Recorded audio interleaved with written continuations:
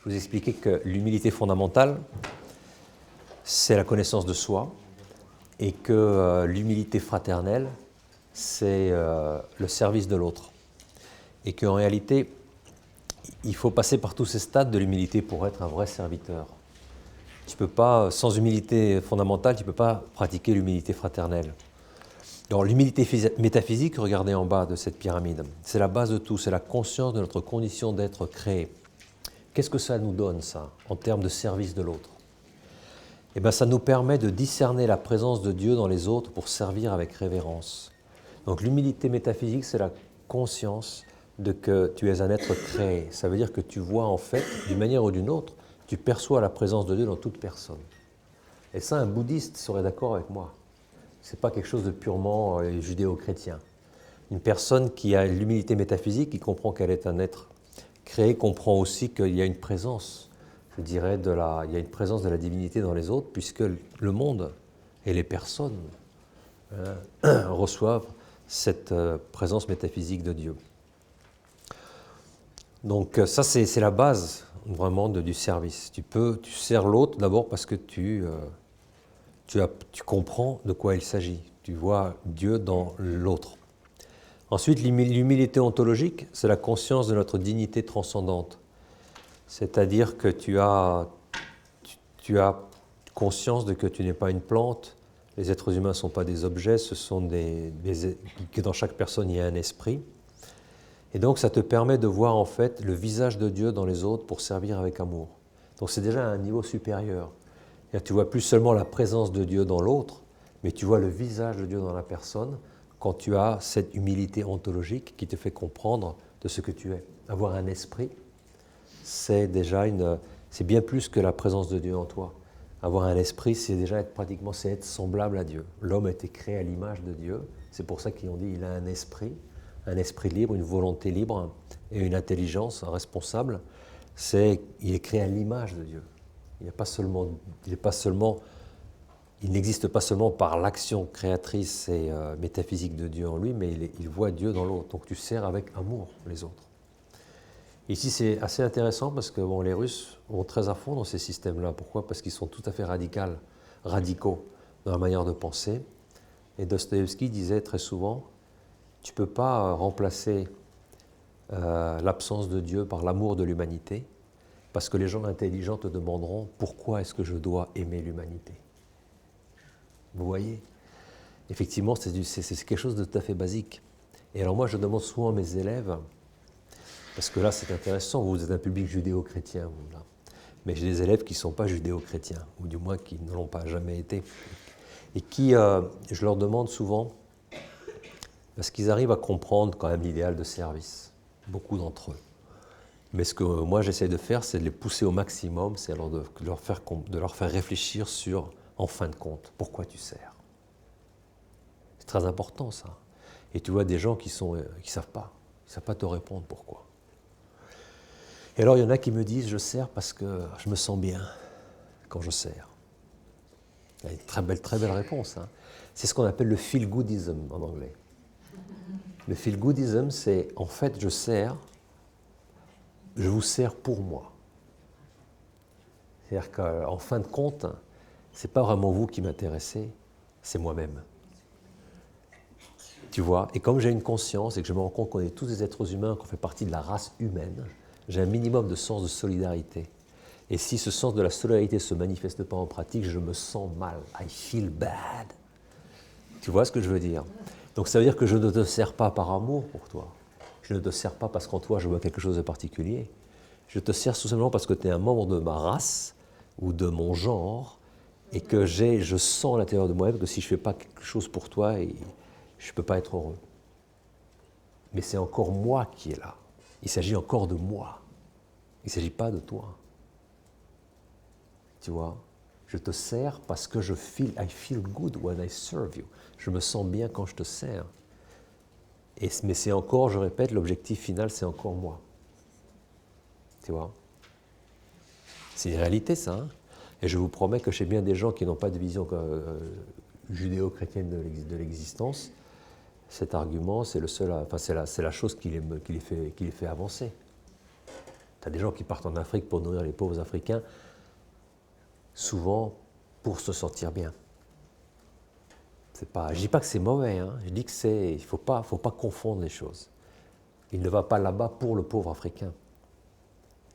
Il va fondamentalement là-bas pour lui-même. Même si c'est bien d'aller pour soi-même en Afrique.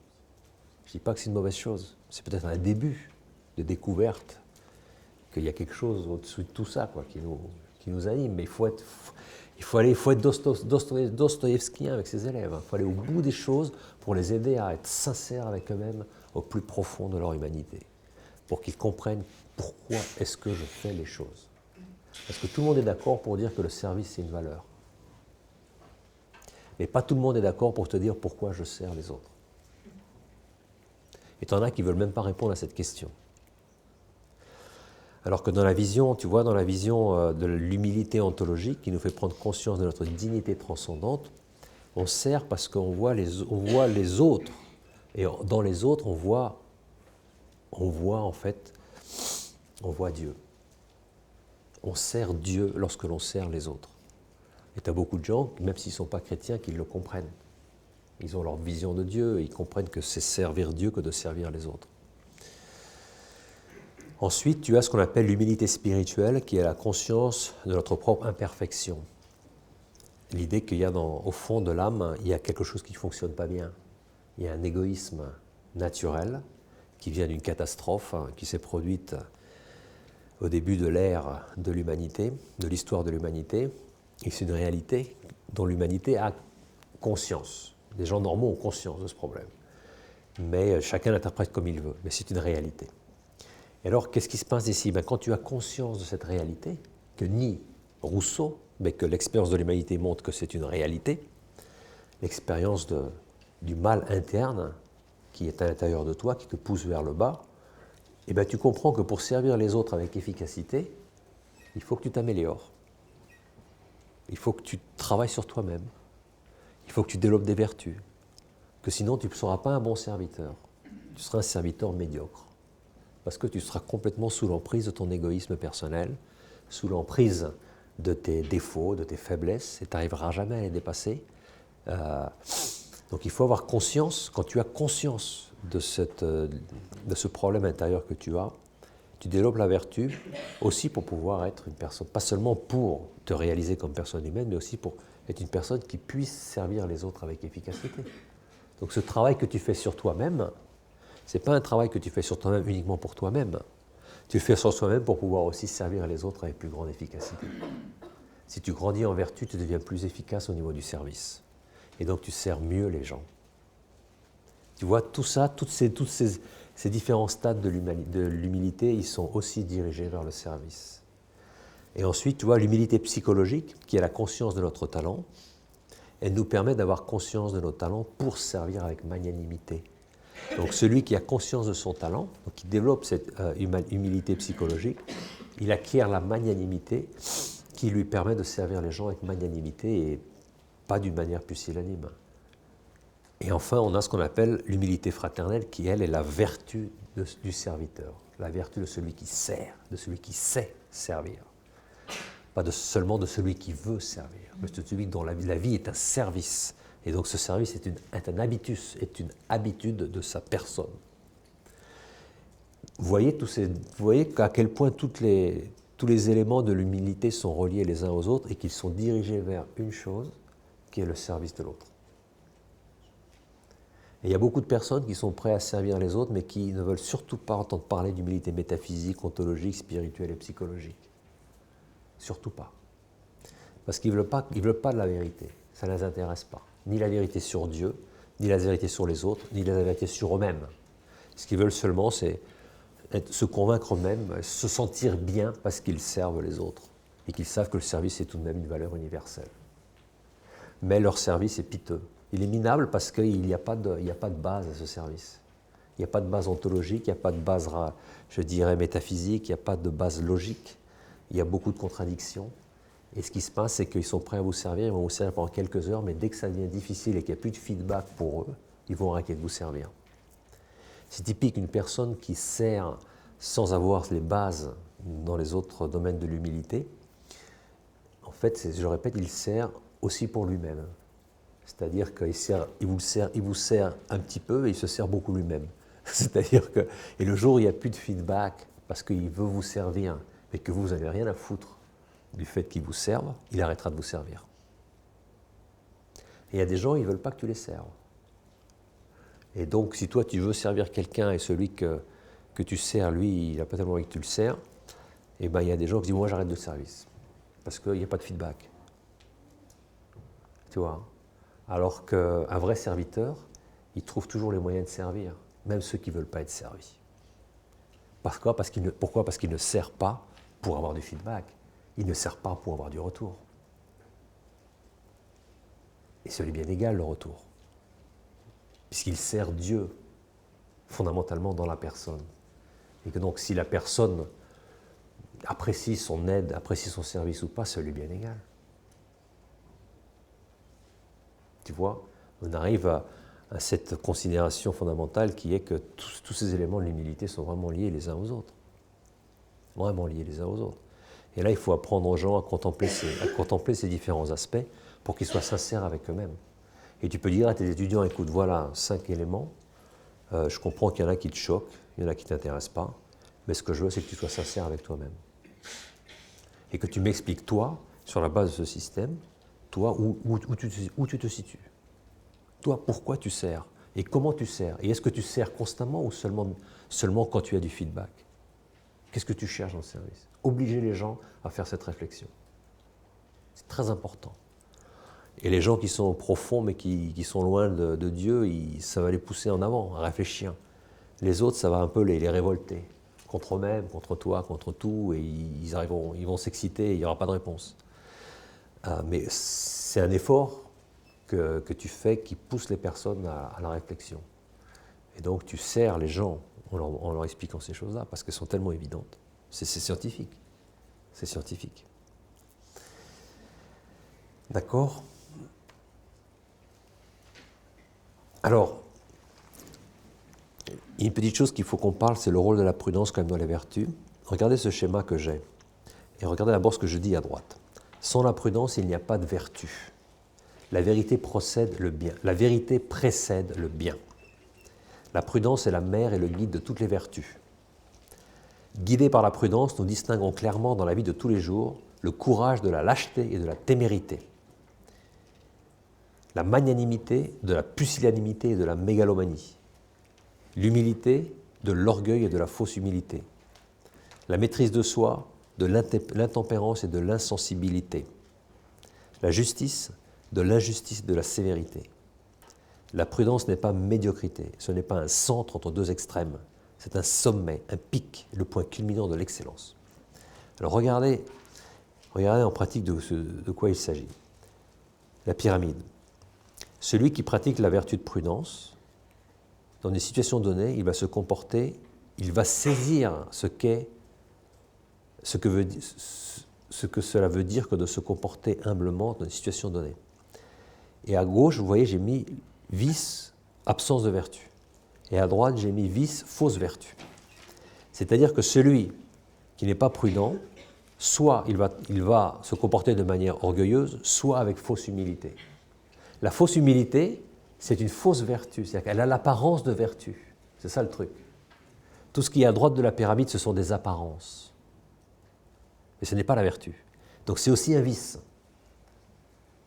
Donc à droite, tu as quelqu'un qui pense être humble, mais en fait c'est de la fausse humilité, ce n'est pas de la vraie humilité. Le magnanime, celui qui n'est pas magnanime, il est pusillanime. Mais tu as des gens qui sont suffisamment hypocrites pour être mégalomaniaques. C'est-à-dire qu'en fait, ils pratiquent la fausse vertu, donc ils pratiquent aussi le vice, ils sont mégalomaniaques. Parce qu'ils n'ont pas la prudence. La prudence te montre réellement la différence entre ces différentes possibilités dans ton existence, dans des cas concrets et pratiques. Le juste, c'est le juste, ce n'est pas l'injuste et ce n'est pas non plus celui qui est sévère. La sévérité, c'est une fausse justice, ce n'est pas la justice. L'insensibilité ou la misanthropie, c'est une fausse maîtrise de soi. Ce n'est pas la maîtrise de soi, donc c'est la même chose que l'intempérance, c'est un vice. Vous voyez, La témérité, ça ressemble à du courage, mais ça ressemble à de l'audace, qui est une partie du courage, mais ce n'est pas de l'audace, c'est de la lâcheté. C'est un vice. Donc d'un côté, tu as la lâcheté, de l'autre côté, tu as la témérité. Vous saisissez un peu tout ça. Et tu as des gens qui sont plus portés vers la fausse vertu, et d'autres qui sont plus portés vers l'absence de vertu. Mais c'est la même chose. C'est le vice, c'est le même vice. Enfin, ce n'est pas le même vice, mais ce sont des vices. Vous voyez ce que je veux dire? Hein, tu as des personnes, en fonction de leur tempérament, ils virent plus vers la gauche que vers la droite. D'autres, ils virent plus vers la droite que vers la gauche. Mais leur problème, c'est qu'ils ne pratiquent pas la vertu de prudence. Et donc, ils sont en dehors du coup.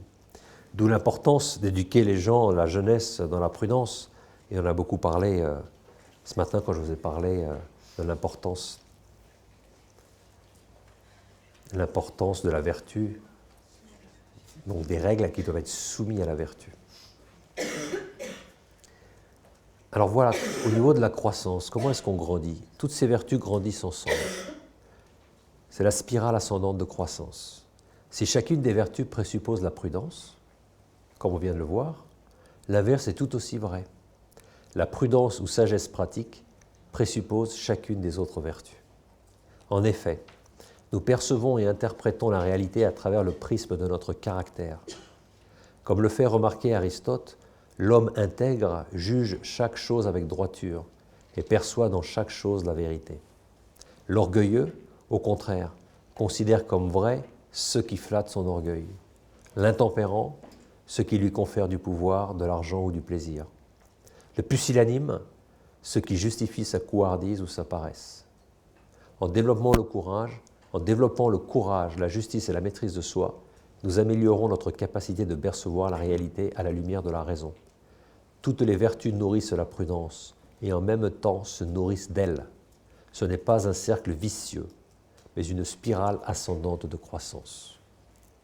Donc tu vois, la prudence, elle t'indique comment pratiquer la vertu. Elle t'indique dans des situations concrètes ce que cela veut dire que de pratiquer la vertu. Qu'est-ce que ça veut dire que d'être courageux dans cette situation? Il faut d'abord que la prudence te l'indique. Sinon, tu es perdu. Tu ne fais pas la différence entre le manque de courage et la témérité. Mais, ce qui est très intéressant dans la personne humaine, c'est que toutes ces relations, c'est que le cœur, l'intelligence et la volonté sont constamment reliés les uns aux autres. Et donc, il faut pratiquer la vertu de la volonté, donc le courage, la maîtrise de soi et la justice, pour être réellement prudent. Parce que sinon, tu ne vois pas la réalité. C'est-à-dire qu'une personne qui a une volonté faible, elle ne capte, pourquoi les gens qui ont une volonté faible ont du mal à percevoir la réalité? Parce que, tout simplement, il faut une volonté forte pour te dire, ici il y a un problème, et il faut que tu t'arrêtes, il faut que tu réfléchisses à ça. Celui qui a une volonté faible, eh ben, il ne veut pas voir les problèmes. Il va directement ce qui l'intéresse. Donc il cherche dans la vérité ce qui l'intéresse, et il oublie qu'il y a plein de choses dans cette vérité qui ne l'intéressent pas du tout. C'est aussi bête que ça. Donc au lieu de voir la réalité, parce qu'il ne s'intéresse pas à la réalité, il s'intéresse à un aspect de la réalité, cet aspect qui satisfait sa passion ou son égoïsme, ou son orgueil, ou sa sensualité, ou tout ce que tu veux. Donc il pense qu'il voit la réalité, alors qu'en réalité, il voit seulement un aspect de la réalité. C'est comme l'animal, le lion, quand il voit une antilope, il ne voit pas une antilope, il voit de la viande, voilà, de la viande sur son assiette. Donc il ne voit pas l'antilope, il voit la viande, il ne voit pas l'antilope. Il se passe la même chose avec les êtres humains. Si tu n'as pas une volonté forte qui te dit stop, là tu déconnes, là tu commences à interpréter la réalité, tu vois un petit aspect de la réalité et tu penses que c'est toute la réalité, il faut une volonté forte. Donc ceux qui n'ont pas une volonté forte, ils ne peuvent pas être prudents. Et ça agit, ça les rend idiots. Comme dit Aristote, il y a une sorte d'idiotisme qui est réellement un problème moral. Il y a des gens idiots, leur idiotisme, ce n'est pas une conséquence du fait qu'ils ne sont pas allés à l'école ou du fait qu'ils pensent mal, c'est une conséquence du fait qu'il n'y a pas de courage dans leur vie, il n'y a pas de justice, il n'y a pas de maîtrise de soi. Et donc la volonté ne fonctionne pas bien. La volonté capte certains petits éléments de la vérité, mais elle est incapable de capter la vérité dans son ensemble. Elle ne capte pas des personnes, elle capte autre chose. Elle capte dans les personnes ce qui lui donne, ce qui satisfait un certain nombre de ses intérêts personnels. Elle ne capte pas la réalité des faits. Elle capte seulement certains faits et les interprète à sa manière pour qu'ils satisfassent son vice. Et pour lui ou pour elle, c'est ça la vérité. Et donc quand tu parles, surtout avec des jeunes ou avec des gens en général, il faut avoir conscience. Tu as des personnes, il n'y a pas suffisamment de sincérité dans leur existence.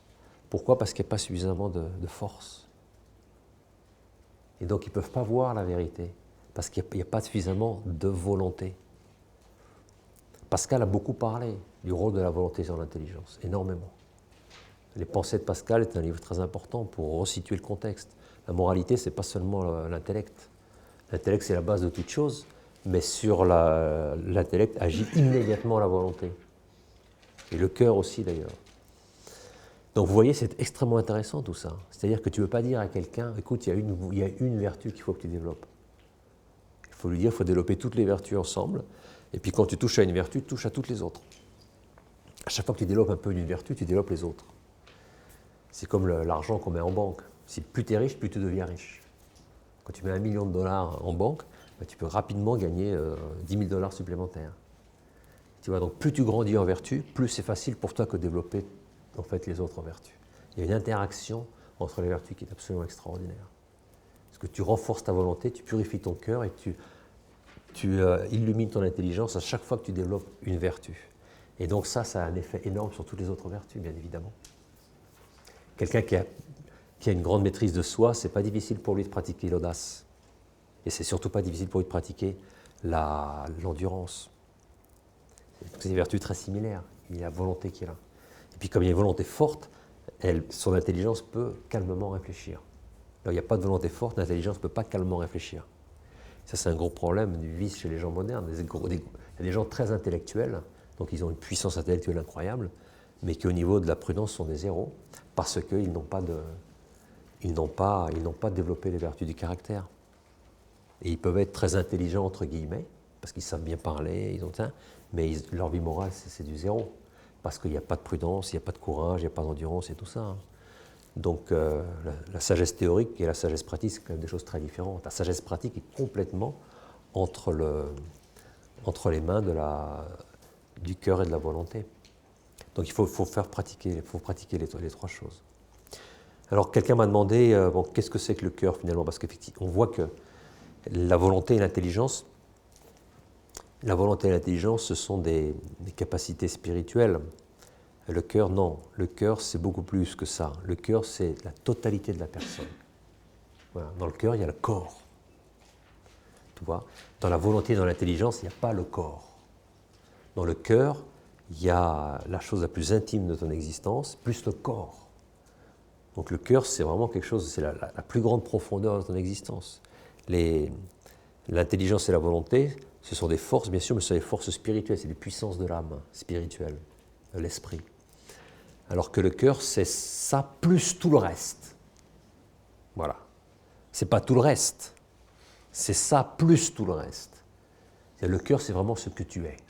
Toi, tu n'es pas ton intelligence. Toi, tu n'es pas ta volonté. Toi, tu es ton cœur. Ça, c'est clair et net. Ça veut dire que le cœur, c'est ce que tu vaux. C'est ce que tu es. Et là, il y a un grand mystère aussi.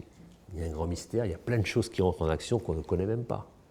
Et ça n'a pas d'importance. Mais on appelle ça le cœur. C'est donc le centre même de ta propre existence, de tes pensées, de tes émotions, de ta volonté, c'est ton cœur.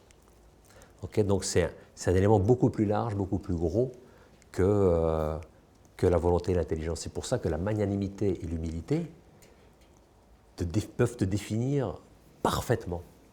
Alors que si tu me dis, voilà une fillette, Alex, regarde-la, elle est courageuse, je dis, superbe, c'est bien pour elle. C'est bien pour elle qu'elle soit courageuse parce qu'elle a un atout, elle a une volonté forte. Mais si tu me dis, voilà une fillette qui est magnanime, je dis, ah maintenant je comprends qui est en face de moi. J'ai un être magnanime, c'est-à-dire je vois toute la personne. Je comprends qui est en face de moi. La magnanimité, ce n'est pas un atout entre tes mains. C'est ce que tu es. C'est comme l'humilité. C'est ce que tu es. Alors que les autres vertus, ce sont vraiment des atouts, ce sont des forces qui te permettent de faire un certain nombre de choses. Mais ce n'est pas encore ce que tu es. Vous voyez la différence? Quand tu définis quelqu'un par son humilité et par sa magnanimité, tu as une vision parfaite de la personne qui est en face de toi. Quand tu dis à celui-là, il a la maîtrise de soi, tu dis « good for him », c'est bien pour lui. Mais ça ne va pas plus loin. Tu n'as pas une image de la personne. Tu comprends ce que je veux dire? Ça, c'est très important. La magnanimité et l'humilité, quand je dis qu'elle est enracinée dans le cœur de la personne, je veux dire qu'en fait, c'est toute la personne qui est engagée dans ces vertus. C'est pour ça que ce sont des vertus qui sont un idéal de vie. C'est pour ça, dans mon deuxième livre, Créé pour la grandeur, il y a un sous-titre. Le leadership comme idéal de vie. Pourquoi? Parce que le courage, ce n'est pas un idéal de vie. La maîtrise de soi, ce n'est pas un idéal de vie. Même la justice, ce n'est pas un idéal de vie. Par contre, la magnanimité et l'humilité, donc la grandeur et le service, on voit que ce sont des idéaux de vie, ça. Ça, c'est clair et net. Tu peux donner ta vie à ces idéaux, mais tu ne peux pas donner ta vie au courage. Ça n'a pas de sens. Tu vois la différence? Ces deux vertus spécifiques du leader, ce sont des idéaux de vie. Ce qui font que le leadership vertueux, c'est vraiment un principe existentiel extraordinaire. C'est extrêmement attirant. Parler des 4 vertus cardinales, je vous promets, ça n'attire pas la jeunesse. Ça n'attire pas du tout. Et si vous donnez un cours de philosophie morale, commencez par la magnanimité. Vous attirerez leur attention. Et après, vers la fin, vous commencerez à parler un peu de la tempérance. Mais pas au début. Pas au début. Les 4 vertus fondamentales, c'est la base de notre existence, mais ce ne sont pas des vertus existentielles. C'est des vertus de base. Vous voyez, c'est pour ça, moi j'aimais bien le concept de vertu fondamentale chez les anciens Grecs, plus que le vertu cardinale. On a commencé à appeler cardinal du cardo, donc du lien qu'il y a entre toutes ces vertus sur lesquelles s'appuient toutes les autres. Voilà pourquoi on les appelle cardinales. Mais j'aimais mieux le concept de vertu fondamentale, un fondement. Voilà, c'est le fondement. Mais ce n'est pas l'existence, c'est le fondement de notre existence. L'existence, l'essence de notre vie, c'est fondamentalement les 2 vertus dont je vous ai parlé.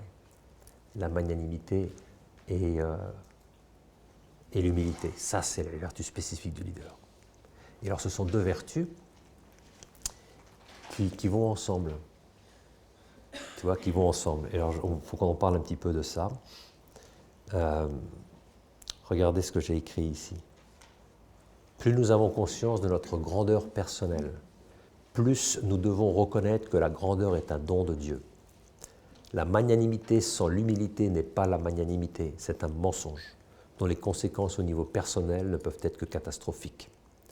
Nos forces, même si elles sont acquises par l'effort personnel, sont en définitive un don de Dieu. Eric Liddell, l'athlète écossais qui remporta la médaille d'or aux 400 mètres aux Jeux Olympiques de Paris en 1924, avait l'habitude de dire « God made me fast », de « Dieu m'a créé rapide ». Liddell avait conscience de son talent, mais il savait aussi que son talent était un don de Dieu. Ça, c'est un point très important. Il ne s'agit pas de 50%, 50%, 50% de magnanimité, 50% d'humilité. Non, il s'agit de 100% de magnanimité et 100% d'humilité. C'est-à-dire, il faut avoir complètement conscience de son talent, il faut aimer son talent, il ne faut pas avoir peur de parler de son talent avec simplicité et sincérité. Et en même temps, il faut avoir 100% conscience que son talent est un don qui vous a été donné, que ce n'est pas le fruit de votre activité. Les gens qui n'ont pas conscience de ça vont s'effondrer. Ils vont construire la tour de la magnanimité. Mais c'est une fausse grandeur, parce qu'à la base, il y a un mensonge. Le mensonge est que cette grandeur, ils pensent que c'est la mienne, alors que ce n'est pas la tienne, c'est un don qui a été fait. Voilà, alors on construit des belles tours, et comme les tours jumelles aux États-Unis, on s'effondre. Il n'y a pas de fondement. Voilà. Alors le fondement de la magnanimité, ça doit être l'humilité. Et l'humilité, c'est toutes ces choses dont on a parlé auparavant, c'est la vérité. Que tu as une grandeur, mais ta grandeur, c'est un don. Et il serait temps que tu en prennes conscience. On voit tous les jours des gens qui qui se prennent pour des dieux parce qu'ils découvrent leur talent, ils découvrent l'impact de leur talent sur la société, sur les gens, et ils se prennent pour des dieux. Ils ne se rendent absolument pas compte, ils sont complètement aveugles sur le fait que le talent qu'ils ont, c'est un talent qu'ils ont reçu. Ce n'est pas un talent qu'ils ont, bien sûr, ils l'ont développé, mais c'est un talent qu'ils fondamentalement, ils ont reçu. Et donc, il faut qu'ils aient conscience de que ce ne sont pas des dieux. C'est un don. C'est très important, très important ça. Donc, il faut avoir autant conscience de la grandeur de son talent que conscience que ce talent, c'est un don qui t'a été donné. Voilà, comme Flannery O'Connor, comme dont je vous ai parlé hier, qui dit « j'écris parce que j'écris bien », et avec une simplicité extraordinaire, elle peut le dire. Pourquoi ? Parce qu'elle vit la magnanimité et l'humilité de manière parfaite. Ou comme Eric Liddell, « Dieu m'a créé rapide », c'est clair et net, 4 mots. Je suis rapide, Dieu m'a créé rapide, c'est un don de Dieu et tout, etc. Je suis responsable de ce talent qu'il m'a donné, mais ce n'est pas mon talent, on me l'a donné. Voilà. On me l'a donné pour que je fasse fructifier, que je fasse quelque chose avec ça. Important de parler de ces choses-là, pourquoi ? Parce que dans le leadership, on parle beaucoup de magnanimité, on parle beaucoup de talent, et tu as beaucoup de personnes qui sont très attirées par ça, mais qui sont beaucoup moins attirées par cette idée que tout ça, ce sont des dons qui t'ont été donnés. Voilà, c'est bête à dire, mais c'est vraiment une réalité. L'immature, quand tu lui parles de magnanimité, il est super content, j'ai des super talents, je vais changer le monde. Et dès que tu commences à lui dire, oh, mais attends, ces talents, tu les as reçus. Oh non, c'est mes talents. C'est moi qui les ai fait fructifier, c'est ce que je suis, etc. Il oublie facilement que c'est un don. Et c'est une véritable catastrophe, le résultat est piteux, lamentable.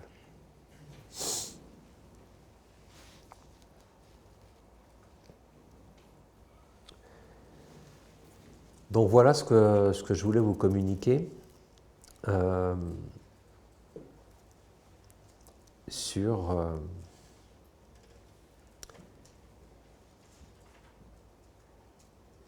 sur tout ça. Et comme les questions que vous m'avez posées étaient vraiment très bonnes, je veux dire, elles sont toujours bonnes les questions, mais du moins elles permettent d'élargir quelques horizons, parce qu'il y a plein de choses auxquelles je ne pense pas quand je vous parle, mais auxquelles j'ai pensé. Mais je n'y pense pas au moment où je vous parle, mais j'y ai pensé avant.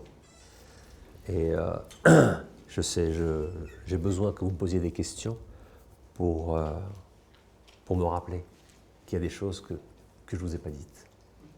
Vous voyez ? Donc les questions font vraiment partie du cours. C'est pas une superstructure. Elles font partie des choses que je voudrais vous dire, mais je ne sais plus comment vous les dire parce que j'ai oublié que je ne vous ai pas dites. Aussi bête que ça. Donc, Mathilde, je propose qu'on commence la discussion. Tu vois, comme ça, personne n'aura de frustration au niveau des questions.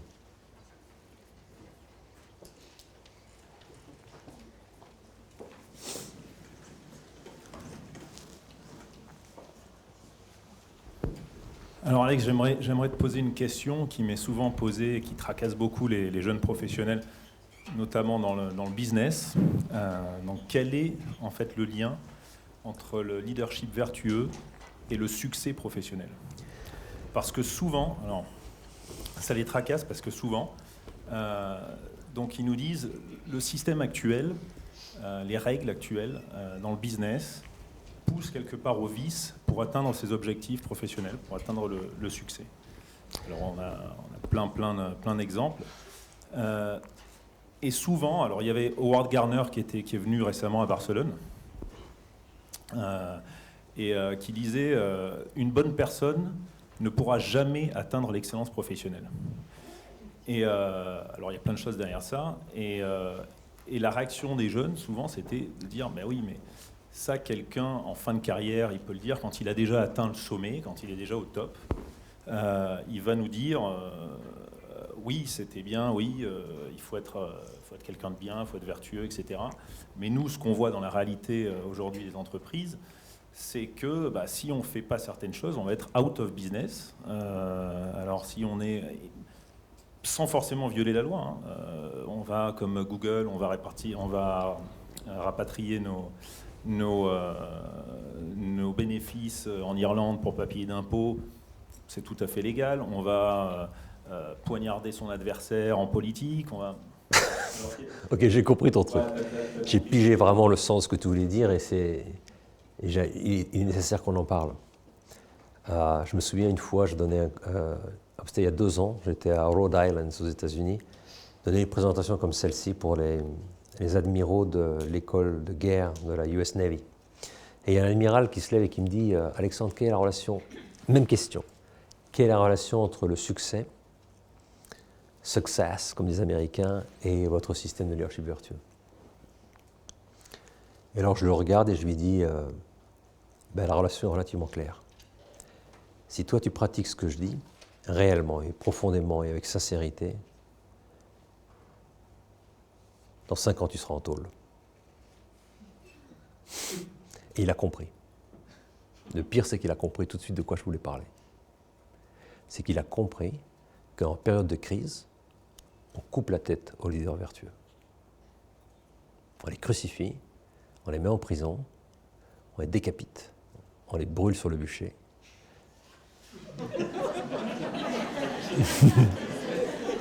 Oui. C'est l'histoire de l'humanité, c'est ça. Mais qu'est-ce qui se passe? Il se passe qu'il n'y a pas de succès temporaire. Mais ces personnes, après on parle d'elles pendant 15, pendant 20 000, pendant 100 000 ans. Et les autres, on les a complètement oubliés. Donc le succès est énorme. Mais ce n'est pas un succès temporel. Ça, c'est clair et net. C'est un succès immortel qui reste dans la conscience des jeunes, dans la conscience d'un peuple. C'est l'exemple de la vertu poussée jusqu'au bout. Professeur Lejeune, succès. Il a été crucifié par la presse toute sa vie. Mais qui d'entre nous dirait ici qu'on n'a pas connu Lejeune et qui ne nous inspire pas? Il continue de nous inspirer de manière extraordinaire. Et il inspire énormément de gens aux États-Unis et dans le monde entier. Même en Russie, les gens sont fascinés par l'exemple du professeur Lejeune. Et ça ne fait que grandir. Parce qu'il y a encore tous les médias qui ne veulent pas qu'on en parle. On va en parler de plus en plus. C'est devenu un héros national probablement au XXIe siècle. De la science. C'est un leader absolu au niveau de la science. Et pourtant, c'est un homme crucifié par les médias. Jeanne d'Arc, le bûcher, Thomas More, on en a parlé, décapité. Aujourd'hui, le nombre d'instituts Thomas More dans le monde, alors là, il y en a des millions. Tout le monde est fier d'être Thomas More. Enfin, tout le monde est fier d'avoir le nom de Thomas More en tête de son papier lettres. Donc, qu'est-ce qui se passe? Il se passe que, en période de crise, eh ben, les gens magnanimes, les vraiment leaders vertueux, sont des personnes qu'on va essayer d'anéantir. La Révolution française, comme la Révolution bolchevique, la première chose qu'elle a fait, c'est aller chercher tous ces individus et les tuer jusqu'au dernier. Jusqu'au dernier. Pourquoi? Parce qu'une révolution ne peut pas supporter des individus pareils. Pourquoi? Parce que ce sont des contestataires nés. Ce sont des gens qui font leur truc. C'est des gens qui ne vont pas se soumettre à un pouvoir qu'ils considèrent mauvais. Ce sont des révolutionnaires. Et les révolutionnaires, ils savent que c'est eux les vrais révolutionnaires et que les autres ne doivent pas être révolutionnaires. Donc quand tu as l'expérience de la révolution, tu ne veux pas que d'autres la fassent. Et donc tu vas aller détruire ceux qui sont potentiellement des révolutionnaires. Alors la vertu, ce qu'elle fait, c'est que dans la vie ordinaire, en principe, la vertu te permet un certain succès. Pourquoi? Parce qu'elle te permet un certain succès déjà personnel. C'est-à-dire quand tu pratiques la vertu, tu obtiens une paix intérieure, tu réalises en toi ce que la nature humaine veut réaliser en toi. Donc il y a une certaine paix intérieure, il y a une certaine joie. Aristote parle de cette joie, de la vertu, comme la joie d'une personne qui joue aux échecs et qui aime bien jouer aux échecs. Il éprouve une joie en jouant aux échecs. Et cette joie, ce n'est pas la joie du cadeau qu'elle va recevoir si elle gagne, c'est la joie même du jeu d'échecs. On vous dirait qu'il y a une certaine limitation, ça, mais quand même il y a une joie intérieure, il y a un bonheur personnel là-dedans.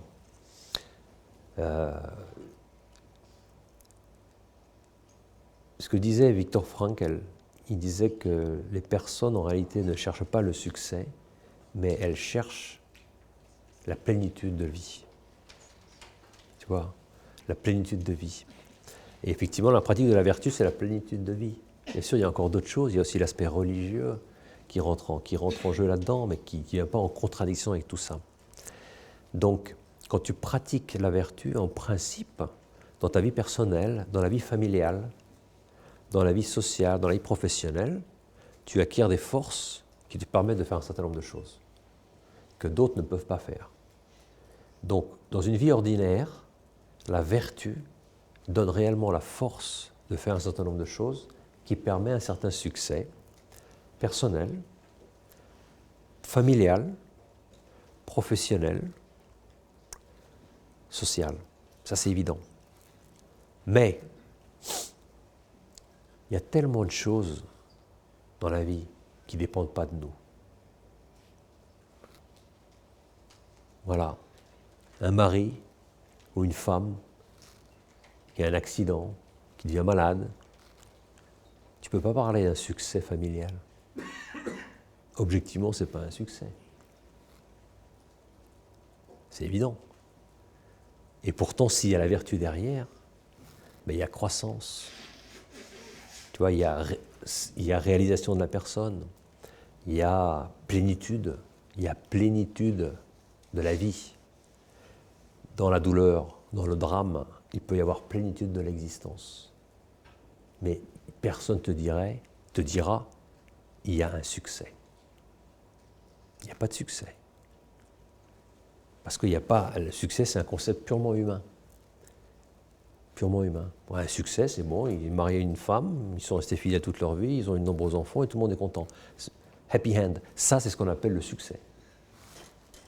Voilà. Bon, ben, il n'y a pas de succès dans cette histoire, mais il y a une plénitude de vie et il y a une grandeur absolument incroyable. Donc, vous voyez, il n'y a pas de relation directe.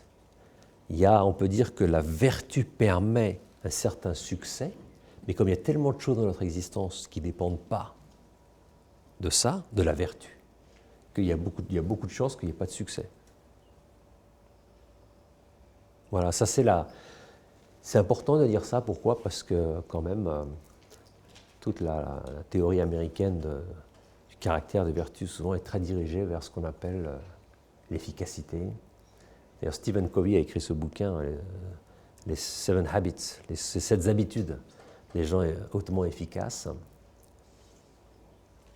C'est intéressant pour un public américain qui est porté sur l'efficacité, qui est porté sur le succès. En anglais, on appelle ça success literature, la littérature du succès.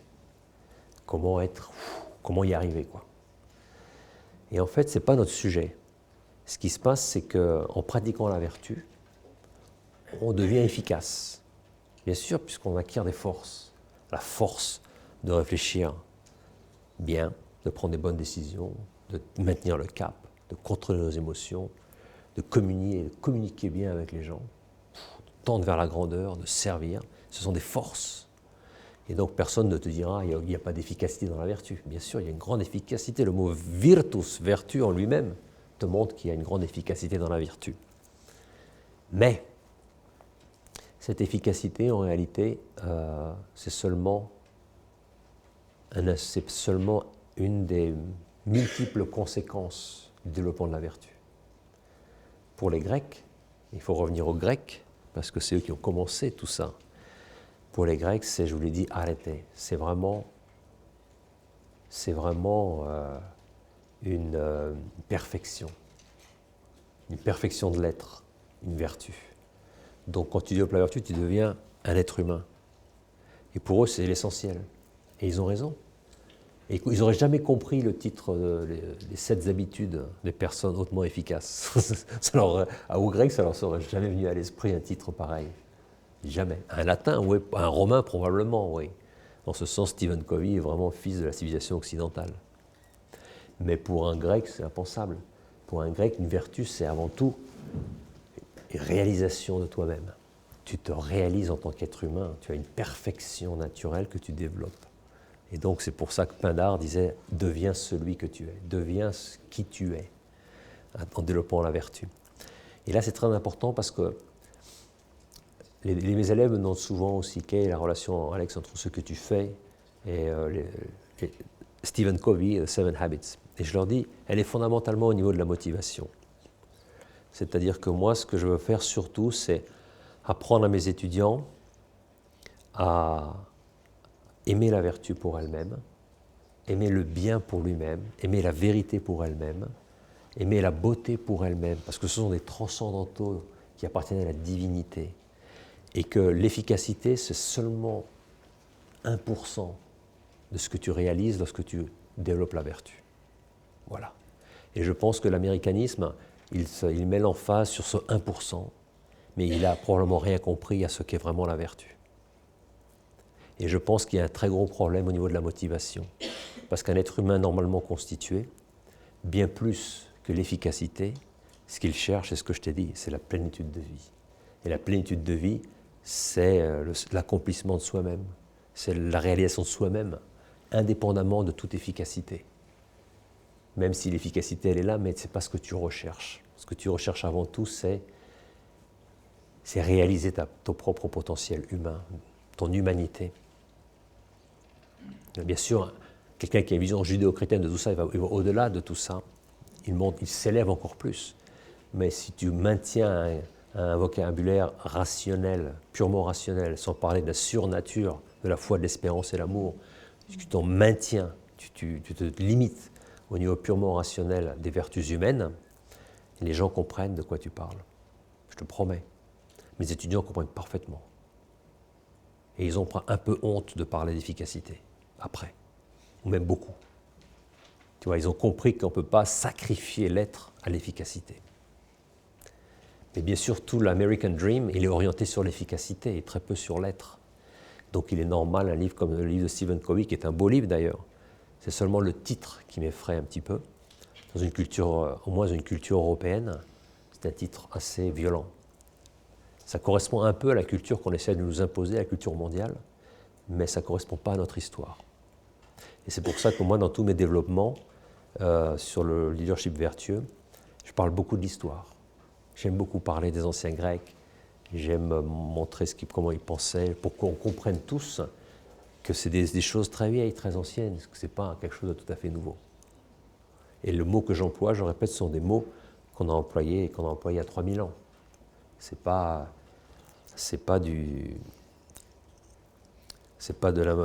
des mots inventés, un vocabulaire psychologique inventé pour le monde moderne. Mes livres, je pense que dans 500 ans, on pourra encore les lire. Et on pourra encore comprendre de quoi je parle. Je ne suis pas sûr que les 7 Habits de Covey, on pourra les lire dans 100, 200 ans. Parce que le vocabulaire qu'il emploie est un vocabulaire que lui a créé et les gens ne savent plus à quoi ça correspond. Dans 100 ans, ils ne sauront plus à quoi ça correspond. Alors que tout ce vocabulaire des anciens Grecs, on continue à l'employer. Il a une histoire. Tu vois, ce n'est pas de la psychologie, ce n'est pas ce que les Américains appellent psychobabble. C'est du vocabulaire anthropologique qui a 3000 ans d'histoire. Et je pense que dans 1000 ans ou dans 2000 ans, on continuera à employer ce vocabulaire. Et les gens pourront comprendre encore dans 3000 ans ce que je vous expliquais ici entre nous durant ces 2 journées. Les concepts sont vieux comme le monde. Donc voilà, c'est très important cet aspect efficacité. Il faut savoir qu'il y a une efficacité, il y a une force dans la vertu, mais il y a tellement de choses dans la vie qui ne dépendent pas de notre vertu. Voilà. Et c'est pour ça que le succès, c'est quelque chose qui ne dépend pas fondamentalement de nous. Et les gens réalistes en business te diront, Philippe, eh ben, il faut que je sois quand même réaliste et honnête avec vous. J'ai eu beaucoup de chance. Voilà. Et un homme d'affaires qui est orgueilleux te dira jamais j'ai eu beaucoup de chance. Il te dira c'est moi. Voilà. La plupart des hommes d'affaires que je connais qui sont sincères avec eux-mêmes, ils te disent ouais, 50% de chance. Hein. Voilà. Il y a un peu de vertu derrière quand même. On a bossé et tout, hein. Mais 50% de chance. Les choses sont bien tournées pour nous, quoi. Tu vois, les gens réalistes diront comme ça. Donc ça c'est une réalité, il faut ouvrir les yeux, il faut être sincère avec nous-mêmes et sincère avec les gens. Et puis, il y a une chose aussi qui est importante, tu parlais de si on fait les choses, ce que te disait cet homme d'affaires qui vous disait si tu pratiques la vertu, tu ne seras jamais successful, tu ne seras jamais au top, hein. Eh ben, il faut leur dire... Non, c'était si Howard Gardner, tu sais, ouais, c'est ça, qu'est-ce qu'il disait exactement celui qui a étudié les intelligences multiples, ouais. Une mauvaise personne, non, c'est l'inverse en fait, une mauvaise personne n'atteindra jamais l'excellence professionnelle. Ah, ok, d'accord. Donc il est dans ton sens. Ouais, ah, ok, excuse-moi. Donc c'est l'inverse, excusez-moi. Ok, d'accord. C'est Howard Gardner, qui est donc un professeur d'Harvard qui a étudié les intelligences multiples. Donc voilà. Alors qu'est-ce qui se passe? Il se passe que j'ai connu des gens mauvais qui ont obtenu le succès professionnel en quelques mois. Mais le succès professionnel, c'est-à-dire qu'ils ont gagné des milliards. Ce sont des voleurs. En Russie, par exemple, dans les années 90, il y avait beaucoup de gens qui étaient au Parti communiste, donc il y avait l'information. Et parmi ces gens, il y en a une petite dizaine. Sur une période de 6 mois, 1 an, ils ont exproprié tout le peuple pour eux-mêmes. Et ils sont devenus les oligarques de la nation, à l'époque de Yeltsin. En 6 mois, 1 an, ils ont exproprié un peuple de 150 millions de personnes. Et ils ont pris toute la propriété de ces gens. Ça n'a pas duré longtemps. Mais ils sont encore, beaucoup d'entre eux sont des milliardaires. Et vous les voyez en Occident se balader, avec une quinzaine de femmes et une vingtaine de voitures. Ce sont ceux-là. Et donc, tu ne peux pas dire qu'il n'y a pas de succès dans leur vie. Il y a un succès. Ils ont tout, ils ont plus que tout ce qu'ils voulaient. Voilà. Et ils ont fait le mal. Et donc, ils sont mauvais. Parce qu'ils ont une éducation mauvaise. Ils ont été éduqués dans le communisme. Ils ont une vision de l'homme qui est vraiment, vraiment très, très basse. Et quand c'est pas qu'ils ne t'aiment pas, c'est qu'en toi, ils voient eux-mêmes. C'est aussi bête que ça. Et ils se détestent personnellement. Et c'est pour ça qu'ils te détestent. Parce qu'en toi, ils voient ce qu'ils sont eux-mêmes. Et donc, ce sont des gens qui sont malsains. Il y en a beaucoup aussi en Occident. Ce qu'il y a, c'est qu'en Occident, à la différence de la Russie, les Russes ne sont pas hypocrites. Tu vois, ils sont cyniques. Mais il n'y a pas d'hypocrisie parce qu'il n'y a pas de forme en Russie. Là où il y a des formes, il y a l'hypocrisie. Le Russe n'a pas de forme. Donc ça peut être un gouja. Il y a un mot russe pour ça. Kham, c'est dire gouja. Il l'emploie tout le temps. C'est le cynisme. Parce qu'il n'y a pas de forme. En Occident, il y a tellement de formes que sous les formes de politesse, on arrive à cacher des monstruosités. Tu vois, et on appelle ça l'hypocrisie. Le Russe est tout sauf hypocrite. Il est tout sauf hypocrite. Il te dira la vérité en face. Et si tu vois qu'il te déteste, c'est clair qu'il te déteste. Mais il ne te dira pas « je t'aime ». Tu vois. Et quand il se comporte comme un goujat en Occident, on voit à 300 km, on le voit arriver déjà. Tu vois. On le voit. On voit sa chambre de bain avec des trucs en or. C'est dégueulasse. Parce que c'est poussé à son maximum, si tu veux. Il n'y a pas d'hypocrisie. Il n'y a pas de politesse. Il n'y a pas de structure. Tu vois, c'est le péché que tu vois physique en face de toi. Il n'est pas couvert, il n'y a pas d'habit, il est nu. C'est aussi la force de la Russie, c'est ça. C'est la nudité. Voilà. Mais en Occident, il y a aussi cette violence. Ce qu'il y a, c'est qu'elle est extrêmement bien cachée. C'est l'hypocrisie, tu vois. Pourquoi? Parce que les gens, pour maintenir un système, il faut beaucoup d'hypocrisie. Mais alors ces gens dont je te parlais, qu'est-ce qui se passe? Il se passe qu'en quelques mois, ces gens mauvais ont atteint le summum de l'existence matérielle. Ils ont fait le mal, ils sont mauvais, et ils ont obtenu tout ce qu'ils voulaient, et puis c'est tout, quoi. Ils sont malheureux, bien sûr, mais ils ont obtenu tout ce qu'ils voulaient. Donc, en fait, cet Américain, il se trompe aussi. À court terme, tu peux parfaitement obtenir, être le top. Tout dépend de qu'est-ce que tu veux dire par le top professionnel. Ces gars-là, ils te diront, j'ai obtenu le maximum professionnel. Pourquoi? Ce sont des chefs d'entreprise énormes. Ils possèdent, chacun d'entre eux possède 10% de toutes les richesses de la Russie. C'est incroyable. Et c'est le plus gros pays du monde, c'est le plus grand pays du monde, la Russie. Donc, non, moi je pense qu'il faut dire que non. Je pense que tu peux, à court terme, obtenir un grand succès professionnel sans pratiquer la vertu. Tu ne peux pas obtenir un succès personnel dans le sens où tu ne peux pas te développer comme personne humaine. Mais professionnellement, tu peux arriver au maximum très vite, très très vite, si tu es mauvais. Voilà. Mais à long terme, ça ne paye pas. Pourquoi? Parce que ces gens-là, qu'est-ce qui se passe? Ils ont créé des structures dans lesquelles il n'y a pas de culture. Il n'y a absolument pas de culture. Et c'est tous les gens qui sont dans cette structure sont sous l'influence de ces gars-là, et donc ils sont aussi mauvais. Et ils s'en vont, ils crient, ils poussent des cris, c'est l'horreur. Beaucoup sont là parce qu'ils veulent, ils ont besoin d'argent. Mais tout le monde est absolument... Les gens qui travaillent dans ces structures sont absolument malheureux. Et dès qu'ils ont l'occasion, ils s'en vont, et ils vont chercher ailleurs. Voilà. C'est aussi bête que ça. Il n'y a pas d'avenir pour ces structures. Il n'y a aucun avenir. Parce que ce ne sont pas des structures, de long terme. C'est des structures qui ont été créées pour voler. Pour voler. Voilà. Et c'est tout. Donc voilà, tu vois, c'est des questions intéressantes de prendre la question du succès professionnel, du succès familial, du succès personnel. Ma réponse est qu'il y a, comme disait Frankl, il y a tellement de choses qui ne dépendent pas de toi. Par contre, la plénitude de vie, ça ne dépend que de toi. Alors là, que de toi. Et donc ça, c'est quelque chose que personne ne peut dire, je ne peux pas l'atteindre.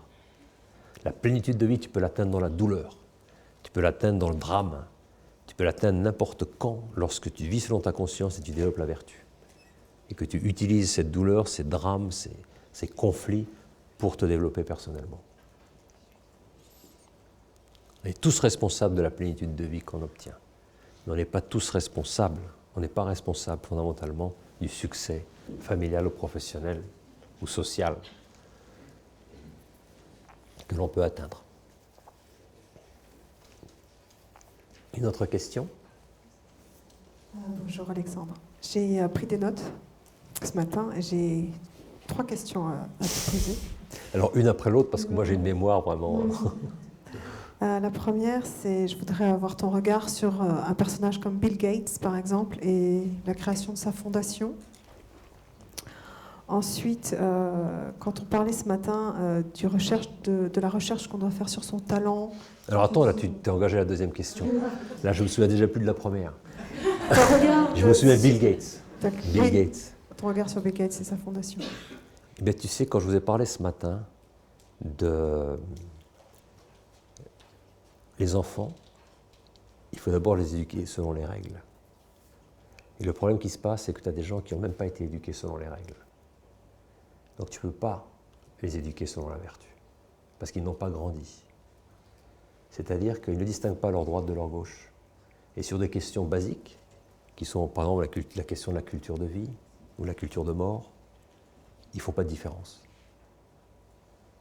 Voilà. Et tu as des grands hommes très riches aux États-Unis qui financent la culture de mort à tout prix parce qu'ils ne distinguent pas le bien du mal sur des choses qui sont totalement de base. Et sur Bill Gates, on peut dire ça d'une manière claire et nette. Ils ne distinguent pas. Donc, ce n'est même pas la peine de parler de vertu. Ce n'est pas la peine de parler de leadership vertueux. Il n'y a pas les bases morales, les choses basiques de la conscience pour que cette personne puisse se développer d'une manière naturelle et normale. Excusez-moi le choc, mais c'est comme ça.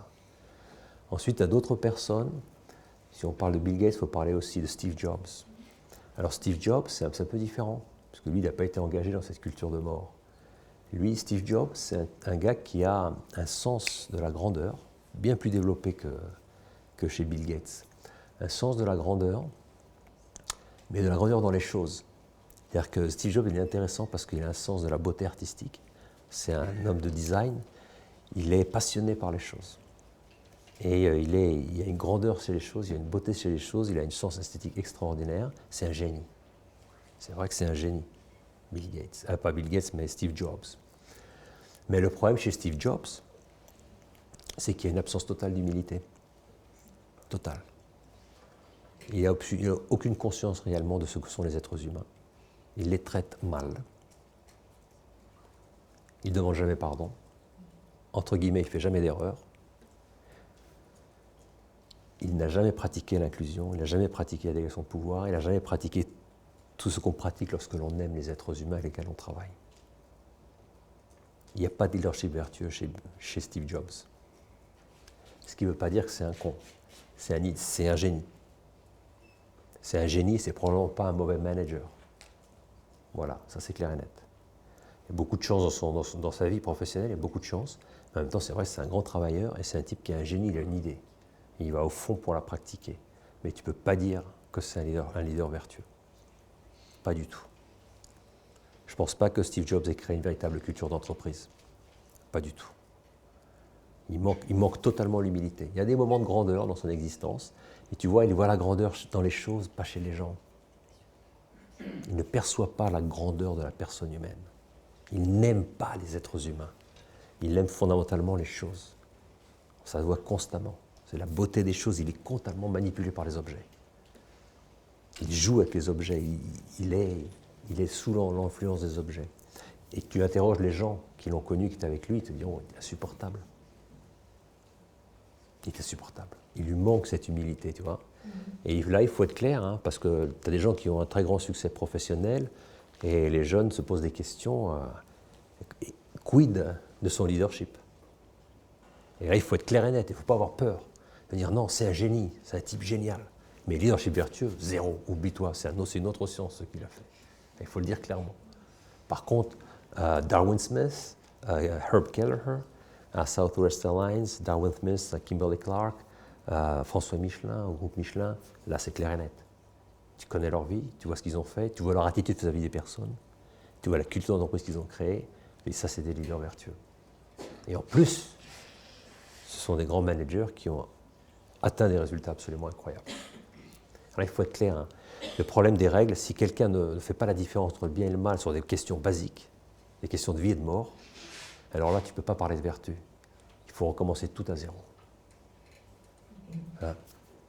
Question sur ce qu'on a dit ce matin, sur la recherche de son talent et de son tempérament. Quelle est la différence entre le travail qu'on doit faire sur soi-même pour devenir vertueux et un bilan de compétences, par exemple, ou tout simplement une psychothérapie? Alors moi, je sais ce que ça veut dire que travailler sur soi-même, mais la psychothérapie, je ne l'ai jamais vécue. Je ne sais pas ce que c'est. Ce que je pense, c'est que la psychothérapie, on en a besoin quand on est malade.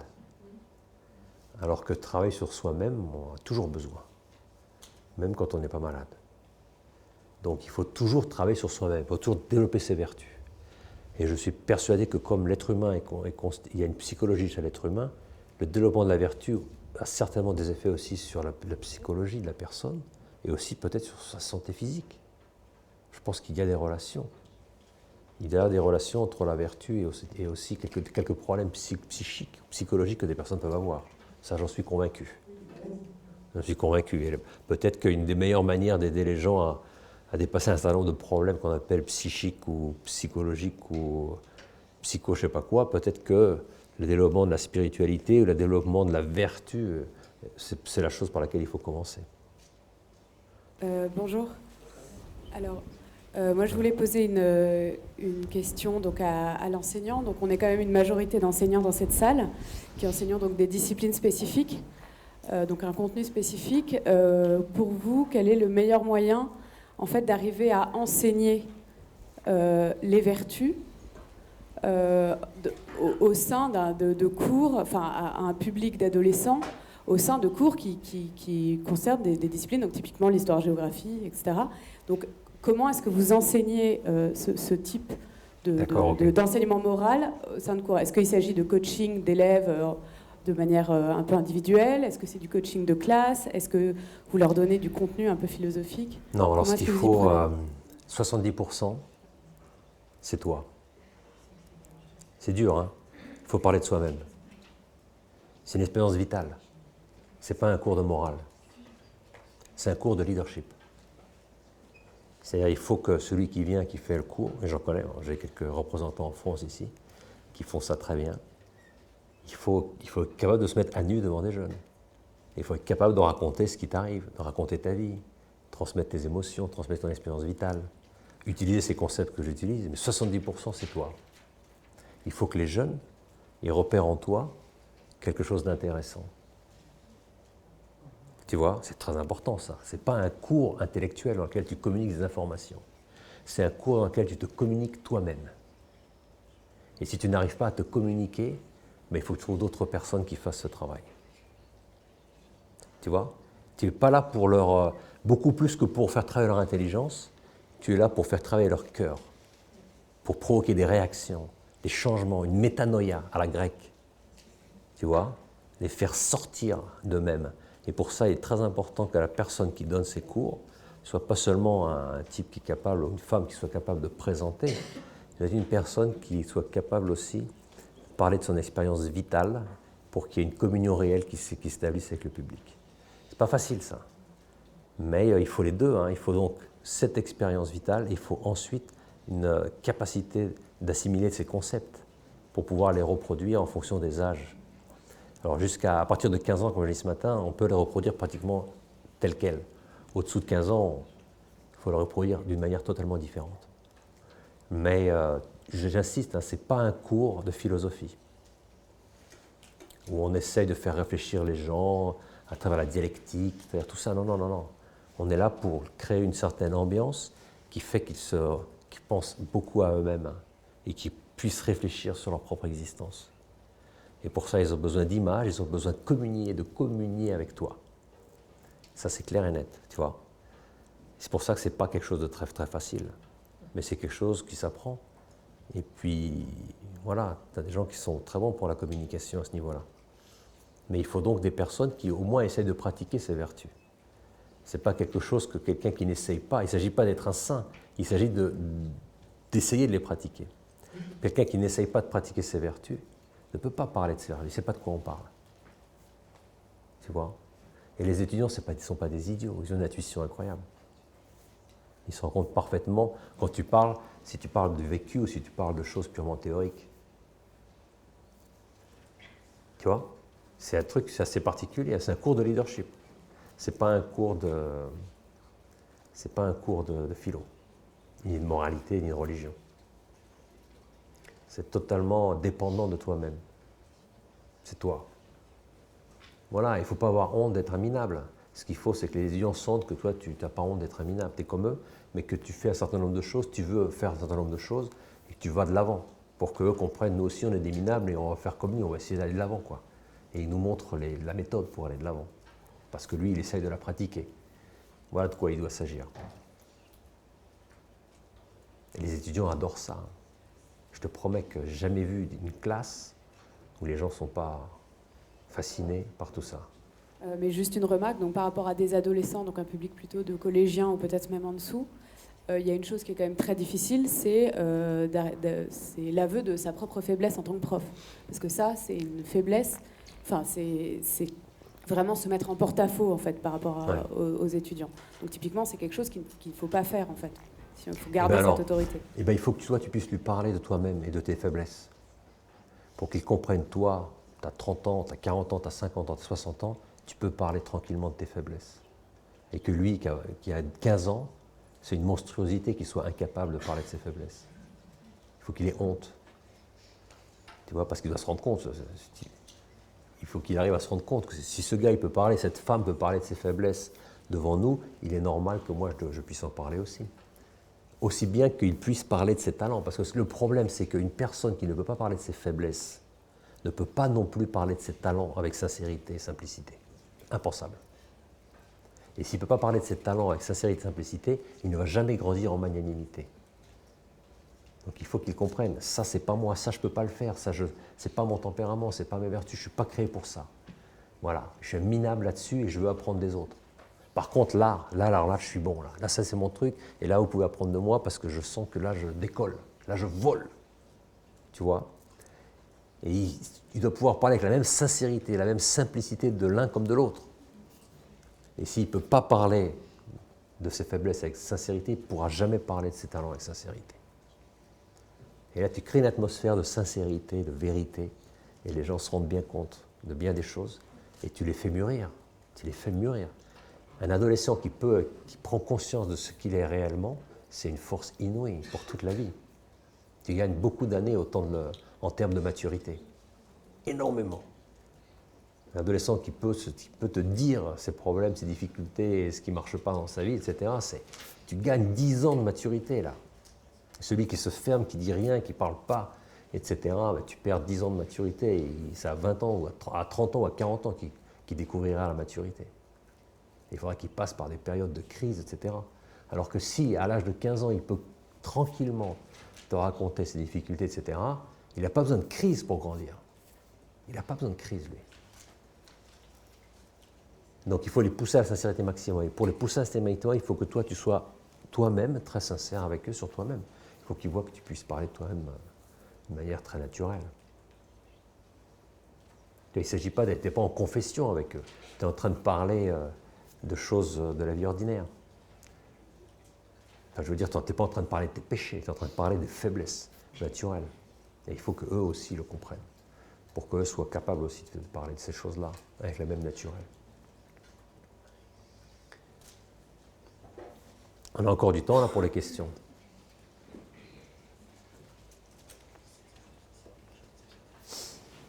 Oui, Alexandre, nous sommes 120 ou 150 dans la salle et à chacun d'entre nous, tu dis tu n'es que un, mais je te dis tu aussi, Ouais. par réciprocité. Et tu as raison. Depuis le début de la matinée d'hier, il y a un mot qui me brûle les lèvres et que j'ai noté là comme question à te poser. Et ce mot, tu viens de le prononcer pas plus tard qu'il y a 5 minutes. Ce mot, c'est intuition, en parlant d'Aristote et de Confucius. Tu as dit ils ont eu une intuition. Ma question était très simple. Quelle est la part de l'intuition dans le leadership vertueux? Y a-t-il une part d'intuition D'accord. dans le leadership vertueux? Bon. D'abord, je dis tu à tout le monde parce qu'en Finlande, il n'y a pas de vous. J'ai vécu 20 ans dans ce pays, on tutoie vraiment tout le monde, même le roi. Donc, la part de l'intuition, alors, la prudence, c'est quoi en fait? On a parlé de la prudence hier. La prudence, c'est la capacité de prendre les bonnes décisions. Pour prendre les bonnes décisions, il faut avoir une information exacte sur ce qui se passe. Cette information, on la capte à travers la pensée logique, à travers la réflexion, on essaie de rassembler ces informations. Mais on la capte aussi à travers une intuition. Cette intuition, c'est le fruit de notre expérience vitale.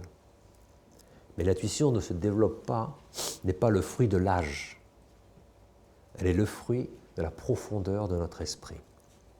C'est-à-dire que tu as des gens très jeunes qui ont une très grande intuition parce qu'ils ont l'expérience de l'action et parce qu'ils ont médité cette action, parce qu'ils ont contemplé leur propre action et ils savent ce qu'est l'action. Et tu as des gens très âgés qui n'ont aucune intuition parce qu'ils ne font que répéter toute leur existence ce qu'ils ont fait auparavant. Tu vois ? Et donc, ils n'ont pas d'intuition, parce que l'intuition, c'est la capacité de capter un phénomène nouveau dans une situation traditionnelle. Tu vois une situation traditionnelle qui se répète, et puis un jour, tu vois qu'il y a un tout petit truc ici qui a changé. C'est plus comme avant. Et c'est par l'intuition que tu le découvres. C'est pas par la pensée logique. C'est la capacité, l'intuition de découvrir maintenant, ça a changé, on ne peut plus répéter ce qu'on faisait avant. Et donc, tu as des gens qui sont conservateurs, au sens mauvais du terme, c'est-à-dire qu'ils conservent, ils font toujours ce qu'ils ont fait auparavant. Et donc, ils n'agissent pas au bon moment. Lorsqu'ils vont prendre des décisions qui sont importantes, ils copient ce qu'ils ont fait auparavant. Et ils disent c'est au nom de la tradition ou au nom de l'expérience, on fait ça. Ils sont orientés vers le passé. Leur esprit est constamment orienté vers le passé. Une personne intuitive, c'est une personne qui a un esprit constamment orienté vers l'avenir. C'est-à-dire qu'il accumule l'expérience passée, mais il est toujours ouvert à des nouveautés qui peuvent se produire à l'avenir. Et pour ça, il faut être profond, il faut avoir l'esprit attentif, et il faut être ouvert. Et c'est ça l'intuition, c'est la capacité de capter une nouveauté dans une situation qui semble pas du tout nouvelle. Et donc, une situation qui exige une décision différente de celle que tu prenais auparavant. Ça, c'est l'intuition. Et donc, il y a un mystère dans l'intuition quand même. Parce que l'intuition, c'est une vision. Alors que la pensée logique, ce n'est pas une vision, c'est une réflexion. L'intuition est beaucoup plus rapide, elle est beaucoup plus complète, mais elle ne peut s'exprimer qu'en termes poétiques. Elle ne peut pas s'exprimer en termes philosophiques. Elle ne peut s'exprimer qu'en termes poétiques parce que c'est une vision. C'est ce que tu vois. C'est le fruit d'une contemplation, l'intuition. Donc les gens qui sont contemplatifs, fondamentalement, perçoivent les réalités intuitivement. Alors que les gens qui sont peu contemplatifs les perçoivent à travers l'exercice de la pensée logique, à la Descartes. Alors Descartes, qu'est-ce qu'il a fait? Lui, c'est qu'il a détruit l'intuition, puisque lui, il ne veut pas de risque. Le gros problème de Descartes, c'est l'absence, c'est ce qu'on parlait quand je parlais de la prudence, ces personnes qui sont malades intérieurement et qui veulent des certitudes à tous les niveaux, parce qu'ils sont incapables de marcher dans l'incertitude. Pourquoi? Parce qu'ils ont perdu le sens de leur filiation divine.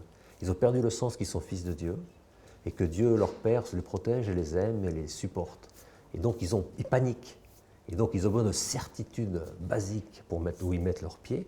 Et donc, ils doutent de tout, sauf d'une chose, c'est qu'ils ne doutent. Et donc, ils créent tout un système de pensée là-dessus. Ne veut pas douter.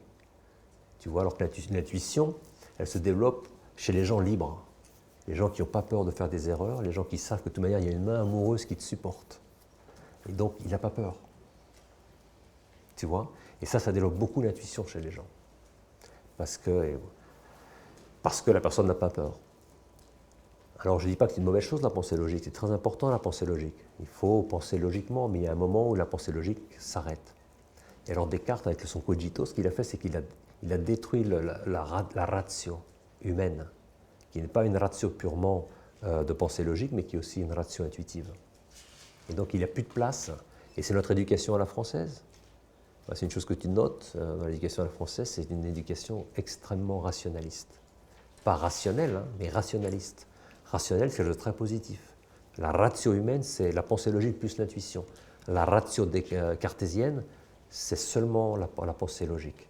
Et ça, ce n'est pas une pensée humaine, ce n'est pas une ratio humaine. Il y a un gros problème là. Hein, les Français, ils ont une tendance à ne croire qu'en ce qu'ils voient et ce qui est démontrable mathématiquement. Et ça, ce n'est pas normal. Ça, c'est une maladie, ça. C'est une maladie. Descartes a créé une maladie en France, un virus, un cancer. Et voilà, et on rend les gens impotents, on les frustre, on les rend incapables de voir la réalité telle qu'elle est. Il n'y a plus de place pour l'intuition, et il n'y a plus de vision, il n'y a plus que une pensée logique. Et on le voit au niveau de la communication, on le voit au niveau des arguments, tout est purement super rationnel, etc. Et il n'y a plus de rationnel, alors je dirais rationaliste. C'est une déformation de la rationalité française, qui est une très belle chose. La rationalité française, on l'a déformée après Descartes, c'est devenu le rationalisme, qui est vraiment une diminution de l'esprit humain. Donc l'intuition, quelque chose qui vaut beaucoup parler, il faut la développer en soi. C'est quelque chose qui est plus facile chez la femme que chez l'homme. La femme est beaucoup plus intuitive par nature que l'homme. Et là, il faut redonner un peu à la France une certaine féminité. Ça, c'est vrai, ça. Ça, c'est tout à fait vrai. La France est trop masculine. Et c'est ce qui fait son malheur actuel. Il faut la féminiser. Tu vois? La Russie est peut-être trop féminine, il faut la masculiniser un petit peu, ouais. Mais la France est trop masculine. Il faut la féminiser. Il faut que les gens redécouvrent le sens de l'intuition. Et ça c'est dans l'éducation. C'est dans la formation de base. C'est dans la contemplation. C'est dans l'éducation à la beauté. C'est dans la formation du cœur. La formation du cœur. En France, on a beaucoup mis l'accent sur la formation de l'intellect, pas suffisamment sur la formation du cœur. Des choses importantes, tout ça. Hein? Tu vois, même la littérature française, bien sûr, il y a des grands auteurs français qui sont inspirés beaucoup par le cœur, mais tu vois, ce sont tous des fils spirituels de Tolstoï ou de Dostoïevski. Hein? Mais il faut revenir à tout ça. Il faut remettre le cœur à sa place, je dirais, en France. Pascal est une des personnes qui a fait cet effort. C'est pour ça qu'il est connu dans le monde entier, c'est parce qu'il a redonné à la France cette idée de la grandeur du cœur. Donc c'est des choses qu'il faut vraiment prendre en considération, qui sont très importantes. L'intuition est très importante. L'intuition, et je suis développé, c'est quelque chose de supérieur à la pensée logique. Pourquoi? Parce qu'après la mort, il n'y a plus de pensée logique. Par contre, la vision est encore là. Tu ne penses plus après la mort. Il n'y a plus de pensée logique, rationnelle. Il n'y a plus qu'une vision. Il n'y a plus que la contemplation. Donc on a intérêt à la développer déjà sur cette terre, puisque c'est ce que nous devons faire pour toujours après la mort. Donc il serait temps de s'y mettre. Tu vois ce que je veux dire? Il serait temps de commencer à travailler là-dessus, puisque c'est la seule chose qui reste après la mort. Il n'y a plus de pensée logique après la mort. Il n'y a plus de place pour Descartes après la mort. Il ne reste plus que l'intuition, c'est-à-dire l'intuition, la vision de Dieu pour l'éternité. Et donc déjà sur terre, on doit apprendre à avoir cette vision. Et les gens qui sont très prudents sont fondamentalement des gens qui ont cette vision, qui voient les choses. Parfois, ils ont du mal à l'exprimer. Je dis, on peut l'exprimer souvent uniquement par un vocabulaire poétique, mais ce sont des gens qui ne peuvent pas te dire comment ils voient les choses, pourquoi ils les voient de cette manière-là, mais ils te disent, je le vois clairement. Je le sens, je le vois, c'est comme ça. Voilà, c'est une image. Voilà, et il faut faire confiance à ça. L'Orient est beaucoup plus intuitif que l'Occident, ça c'est clair et net, mais l'Orient est beaucoup plus féminin que l'Occident aussi. Ça, c'est aussi clair et net. Donc voilà, il faut apprendre des autres cultures, des autres peuples, à développer un certain nombre de choses qu'on a peut-être perdues. Parce que je pense que la France a été intuitive. Mais elle a beaucoup perdu cette intuition à travers ce rationalisme qui fait que les gens ne croient plus que ce qui est démontrable mathématiquement. Je ne dis pas démontrable, je dis démontrable mathématiquement, ce qui est encore plus horrible. Parce qu'il y a des démonstrations métaphysiques qui sont des véritables démonstrations scientifiques, mais pas mathématiques. Et l'homme moderne te dira ça vaut rien.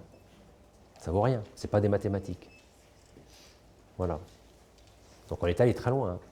On est allé très très loin. On a supprimé tout. C'est pour ça tout ce qui est l'importance qu'on met aux sciences exactes est quand même, à mon avis, c'est trop gros, quoi. Il faut restituer les sens inexacts. Il faut leur donner plus de valeur qu'on leur donne aujourd'hui. Parce qu'on crée des êtres humains plus capables d'être prudents. Des gens qui sont capables de se mouvoir sur un terrain qui n'est pas sûr. Tu vois, ils ne cherchent pas des sécurités partout où ils vont. Ok, mais là, c'est à lancer un dialogue sur quelque chose de très profond qui va au-delà du leadership vertueux. Il y a encore du temps pour les questions, Mathilde? Le leadership, est-ce qu'il y a une traduction française? Et s'il n'y en a pas, est-ce que tu pourrais créer un mot avec ta créativité qui pourrait justement être cette traduction française? Non. J'ai cherché, bien sûr. Mais tout ce qui vient à l'esprit est vraiment minable. Tant qu'on ne trouve pas quelque chose de mieux, il ne faut pas l'utiliser. C'est aussi bête que ça. On n'a pas, c'est évidemment... Le concept de leadership, c'est un concept américain. C'est vrai. Chez les anciens Grecs, il n'y a pas non plus le mot leadership. Bien qu'il y a beaucoup de... Il y a du leadership. Et puis Xénophonte, il parle beaucoup de ces choses-là, mais il n'emploie jamais le mot leadership. Et donc, on prend le terme qui a été forgé par les États-Unis, et c'est bien qu'il l'ait forgé. C'est la grandeur des États-Unis, c'est qu'ils sont capables de forger plein de mots. Et des mots simples, c'est la force de la langue anglaise, il faut le dire les choses telles qu'elles sont. La force de la langue anglaise, c'est les mots sont courts. Ouais, ils sont courts. Et ils sont chocs. C'est la communication, la langue anglaise. La langue française, ce n'est pas forcément une langue de communication. C'est plutôt une langue de profondeur, de réflexion. Mais ce n'est pas une langue de communication, la langue française. Pas du tout, quand tu compares avec la langue anglaise.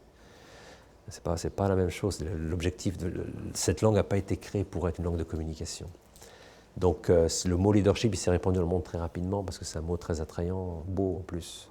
Il a tout ce qu'il veut. Enfin, ça sonne mal en français, mais bon, si tu as un terme à proposer à l'avenir, on pourra le considérer.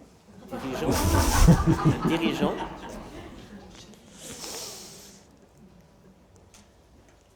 Bonjour Alexandre. Je vais vous voyer, mais ne soyez pas offensés. Hein. Voilà.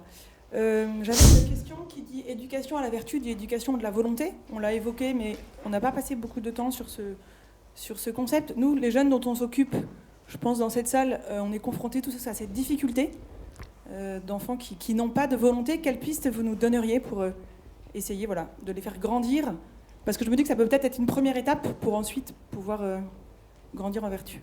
Bien sûr, si tu développes la volonté, tu commences à acquérir la capacité de réfléchir d'une manière posée. Voilà, c'est clair. Le développement de la volonté t'aide à pratiquer la tempérance, la maîtrise de soi, et ensuite ça a des conséquences sur la prudence. Donc au niveau de la maturité, c'est très important. Alors, pour développer les vertus de la volonté, donc le courage, la force, il ne faut pas rêver de choses extraordinaires. La vertu, ce n'est pas des choses extraordinaires qu'on fait une fois tous les 100 ans. Il faut rêver de choses que l'on fait tous les jours et que l'on répète constamment, que l'on ait envie de les faire ou pas, on les fait. Une chose très simple, par exemple, faire du sport. Donc qu'il fasse froid ou qu'il fasse chaud, qu'il pleuve ou qu'il y ait du soleil, il faut dire au gamin ou à la fillette, il faut que toi, à ton âge, il faut que tu fasses du sport 2 fois par semaine. Il faut que on va fixer ça le mardi et le jeudi, ou le mardi et le vendredi. Voilà. Tu maintiens ce cap, tu n'as pas envie de sortir, tu sors. Il faut que pendant tous les jours, enfin toutes les semaines, pendant 54 semaines de l'année, le mardi et le vendredi, tu fasses le sport que tu as prévu. Parce que tu en as besoin, ça te fait du bien. À ton âge, c'est super important. Que tu en aies envie ou pas envie, tu y vas. Ça, c'est un truc tout bête. Mais ne commence pas à te dire « aujourd'hui, j'ai pas envie ». je me sens pas bien, ou oh, je préfère regarder la télévision. Tu vois, il y a quelque chose à l'extérieur d'elle-même qu'elle s'est fixée, et elle se dit, je tiens le cap. L'endurance, je tiens le cap. Je me suis fixé un plan, je tiens ce plan, que j'en ai envie ou pas envie. Voilà. Et ça forge la volonté. Et c'est des choses que tu fais chaque jour. Tu n'es pas là en train de réétablir ce plan chaque jour. Tu as un plan que tu as fixé avec ton intelligence. Dans ta réflexion, tu penses à un plan qui est bon pour toi. Tu lui dis, bon, tu fixes, tu sens ce plan, il n'y a pas d'autre solution pour développer le courage. C'est que de suivre un plan que tu t'es fixé, toi-même ou avec quelqu'un d'autre, qui est là pour t'aider, un coach ou un directeur spirituel ou un ami, tout ce que tu veux, et tu suis ce plan. Ça peut être un plan d'études, un plan de travail. Ce qui est très important pour la formation le courage, c'est vraiment le plan de vie, c'est-à-dire chaque jour avoir des choses dont tu sais qu'il faut les faire parce que c'est bon pour toi et que même si tu n'as pas envie de les faire, tu les fais quand même. Bon, il faut s'asseoir pour étudier maintenant pendant 2 heures et pas se lever tous les 5 minutes pour aller au frigidaire chercher du Coca-Cola. Et tu te dis, ben ça va me faire du bien. Et j'apprends, forge ma volonté parce qu'il y a des choses que je fais que je n'ai pas envie de faire, mais j'ai décidé que j'allais les faire et donc je vais de l'avant et je les fais même si ça me coûte.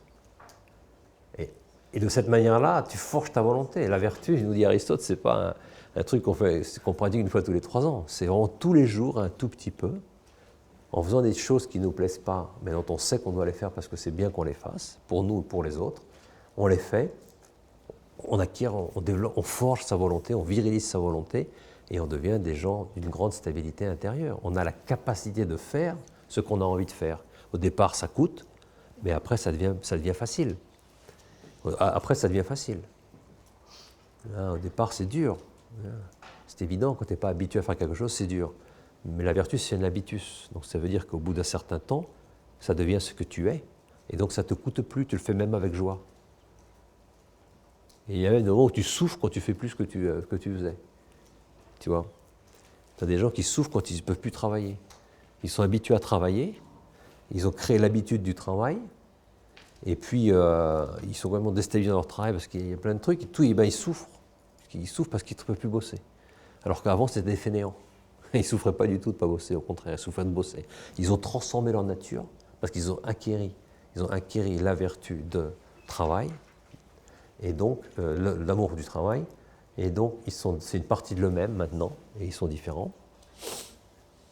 Tu vois, donc ça, ce qu'il faut dire aux jeunes, c'est surtout ça. Il ne faut pas rêver de grand Hollywood. Il ne faut pas rêver d'Hollywood pour devenir courageux. Le courage, c'est chaque jour un tout petit peu, dans plein de petites choses différentes. C'est très fort, ça, c'est vraiment tellement évident. Et une des meilleures manières pratiques, c'est que ces jeunes, il faut qu'ils aient un plan d'action pour la journée et pour la semaine. Et que tu leur dises, en suivant ce plan, même si aujourd'hui tu n'as vraiment pas envie de le suivre, en le suivant, tu développes le courage. Développe l'endurance. Je vous ai répété que l'endurance est beaucoup plus importante que l'audace. Hein? Alors l'audace, comment tu la développes? Tu la développes en aidant tous ces jeunes à prendre des risques, en leur expliquant que ce n'est pas si important, les erreurs, ce n'est pas terrible, t'inquiète pas, fonce, ce que j'attends de toi, c'est que tu fasses quelque chose. Et voilà, tu développes l'audace chez ces personnes. Hein, l'audace, il faut passer à l'action. L'endurance, c'est plus suivre un plan constant, même si ça ne te plaît pas. Alors que l'audace consiste à faire des actions audacieuses constamment. Oser. Voilà. Donc la vertu, on la développe en la pratiquant. Il n'y a pas de secret là. C'est une pratique. Ce n'est pas une valeur, c'est une pratique. On ne peut pas l'acheter, ça c'est clair et net. On ne peut pas l'acheter. Il faut la pratiquer. C'est comme un training. C'est comme le sport d'ailleurs. C'est comme les muscles. On les développe en pratiquant.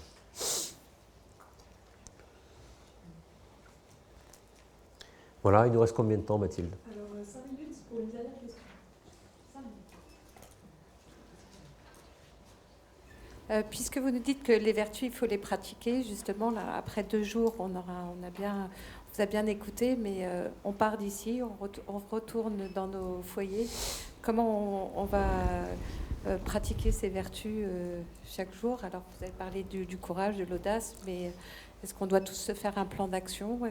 Comment on vit ce que vous nous avez donné pendant Bon, deux la jours? première chose que je te dirais, c'est que tu as en parlant des tempéraments, chacun d'entre vous a découvert un petit peu quelles sont les vertus défis. Et donc, il ne faut pas avoir 1000 idées dans la tête, il faut en avoir une ou deux. Parce que ça, on ne les oublie pas. Donc, tu sais que tu vas avoir une ou deux idées dans la tête qui est, moi, mon grand truc, c'est ce quoi. Voilà. Mon grand problème, c'est quoi. Ça, chacun d'entre vous doit partir de là en se disant, ouais, le grand challenge, le grand défi de mon existence, jusqu'à ma mort, ça sera cette vertu, ou cet aspect de cette vertu.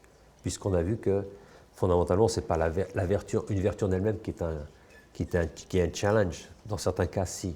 Mais la plupart des cas, c'est un aspect de la vertu qui est pour toi un grand challenge, un grand défi. Et ça, il faut que tu le saches. Il faut que tu le saches, il faut que tu l'écrives. Et il faut que chaque semaine, tu reviennes là-dessus en disant, bon, quelle est ma difficulté? Par exemple, si tu vois que tu es mélancolique et tu vois ce qui te coûte, c'est vraiment l'audace, l'action, etc., ben, il faut que chaque semaine, tu dises, bon, moi, qu'est-ce que j'ai fait pour sortir de cette mélancolie, pour sortir de cette absorption? Il faut un examen de conscience. Donc dans mes livres, aussi bien dans le premier que dans le deuxième, je répète encore ce que j'ai dit avec d'autres mots dans le premier livre, il y a 3 choses qu'il faut toujours faire pour grandir en vertu. 1, je dis, il ne faut pas être seul. C'est-à-dire qu'il faut ce qu'on appelle soit une direction spirituelle, soit un coaching, soit quelque chose de semblable. Parce qu'il faut communiquer avec une autre personne des choses. Tu ne peux pas te connaître toi-même bien. Il faut que tu parles de ce qui t'arrive, de tes luttes, de ta manière de procéder, et que quelqu'un qui t'apprécie, qui t'aime, qui pratique aussi ces vertus, qui sait de quoi tu parles, puisse te donner des conseils de l'extérieur, en te connaissant toi de l'extérieur. Donc il faut partager.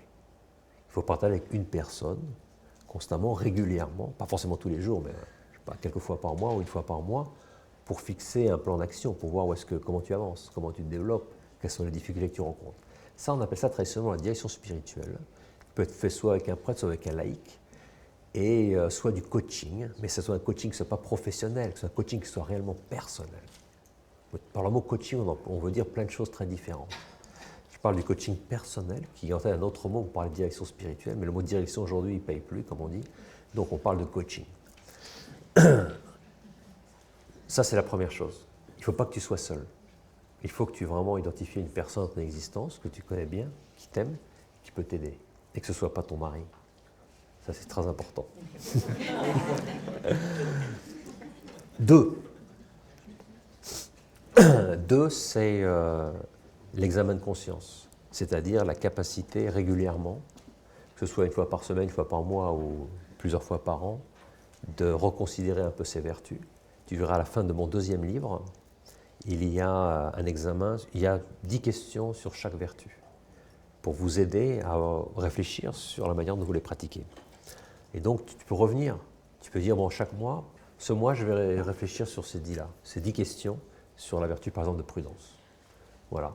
Et tu réfléchis un petit peu, tu prends, je ne sais pas, 5 minutes par jour, et tu essayes d'avancer. Si tu travailles dans des organisations, c'est bien de se dire, bah, tiens, dans notre organisation, pourquoi pas une fois par mois, on se réunit pendant une demi-heure et on parle d'une vertu avec mes collègues. Et puis on lit des trucs qui touchent à cette vertu et on en discute ensemble. L'importance, ce qui est important ici, c'est d'être présent à l'esprit.